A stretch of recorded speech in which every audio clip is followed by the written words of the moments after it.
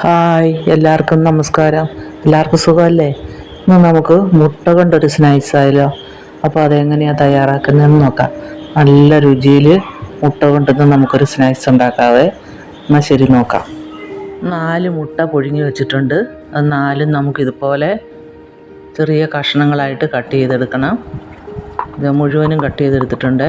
Cut ചെയ്ത മുട്ട മുഴുവനും ഇതുപോലെ ഒരു പാത്രത്തിലേക്ക് ഇട്ട് കൊടുക്കാം. 1/4 ടീസ്പൂൺ വലിയ ജീരകപ്പൊടി, 1/4 ടീസ്പൂൺ മഞ്ഞൾപ്പൊടി ഇട്ട് കൊടുക്കാം.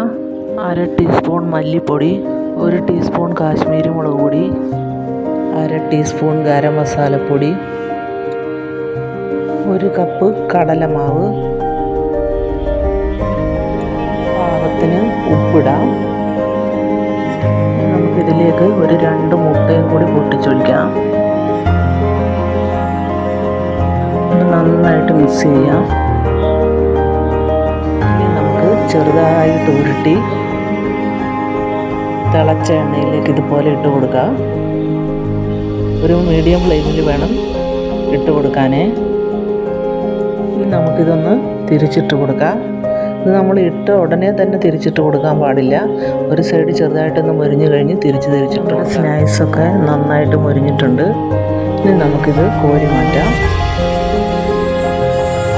ചൂടായ എണ്ണയിലേക്ക് സവാള എണ്ണ ഇതുപോലെ ഇടലുകളായിട്ട് അടർത്തിയെടുത്ത് ഇട്ട് കൊടുക്കാം. ഒരു ക്യാപ്സിക്കത്തിൻ്റെ പകുതി ഇതുപോലെ കട്ട് ചെയ്തത്, ഒരു തക്കാളി ഇതുപോലെ കുരുവൊക്കെ കളഞ്ഞിട്ട് കട്ട് ചെയ്തത്, ഒരു പച്ചമുളക് കട്ട് ചെയ്തത്,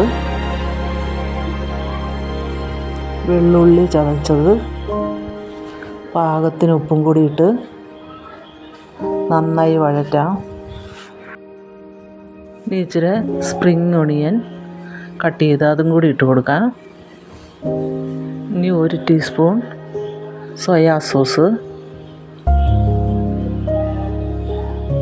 അതും കൂടി ഒഴിച്ച് കൊടുക്കാം. 1 ടീസ്പൂൺ ടൊമാറ്റോ സോസ് അതും കൂടി ഒഴിച്ച് കൊടുക്കാം. ഇനി ഇച്ചിരി റെഡ് ചില്ലി സോസും കൂടി ഒഴിച്ച് കൊടുക്കാം. ഇതും കൂടി ഒഴിക്കുമ്പോൾ നല്ല സ്വാദായി. 1 ടീസ്പൂൺ കോൺഫ്ലവർ ഇച്ചിരി വെള്ളത്തിലൊന്ന് കലക്കണം. കലക്കിയിട്ട് ഇതുപോലെ ഒഴിക്കണേ. ഒഴിച്ചിട്ട് നന്നായിട്ട് ഇളക്കണം. എന്നിട്ട് നമ്മൾ തയ്യാറാക്കി വെച്ചേക്കുന്ന സ്നാക്സ് ഇതിലേക്ക് ഇട്ട് കൊടുക്കണം. എന്നിട്ട് നന്നായിട്ട് മിക്സ് ചെയ്യണം. മിക്സ് ചെയ്തിട്ട് ലാസ്റ്റ് നമ്മൾ ഇച്ചിരി സ്പ്രിംഗ് ഓണിയനും കൂടി ഇതിൻ്റെ മേലോടി ഇങ്ങനെ ഇട്ട് കൊടുക്കണേ. സ്നാക്സ് റെഡിയായി. നമ്മുടെ മുട്ട കൊണ്ടുള്ള സ്നാക്സ് ഇവിടെ റെഡിയായേ. എല്ലാവരും ഈ വീഡിയോ കണ്ടല്ലോ അല്ലേ? നല്ല സ്നാക്സാണ്. 4 മണിക്ക് കുട്ടികൾക്കൊക്കെ കൊടുക്കാൻ പറ്റും. എല്ലാവർക്കും ചായക്ക് കടിയായിട്ട് കഴിക്കാനും പറ്റും. അപ്പം നിങ്ങളും കൂടെ ഇങ്ങനെയൊക്കെ ഒന്ന് തയ്യാറാക്കി നോക്കിക്കേ. വളരെ എളുപ്പത്തിലാണ്, കുറഞ്ഞ ചേരുവകൾ മതി. അപ്പോൾ ഈ വീഡിയോ സബ്സ്ക്രൈബ് ചെയ്യാത്തവർ സബ്സ്ക്രൈബ് ചെയ്യണേ. ലൈക്കും ഷെയറും കമൻറ്റും ഒക്കെ ചെയ്യണേ. ഈ വീഡിയോ നിങ്ങൾക്ക് ഇഷ്ടപ്പെട്ടെങ്കിൽ എല്ലാവിധ സപ്പോർട്ടും ചെയ്യണേ. അപ്പം വീണ്ടും പുതിയ വീഡിയോ ആയിട്ട് കാണാം. അതുവരേക്കും ബൈ.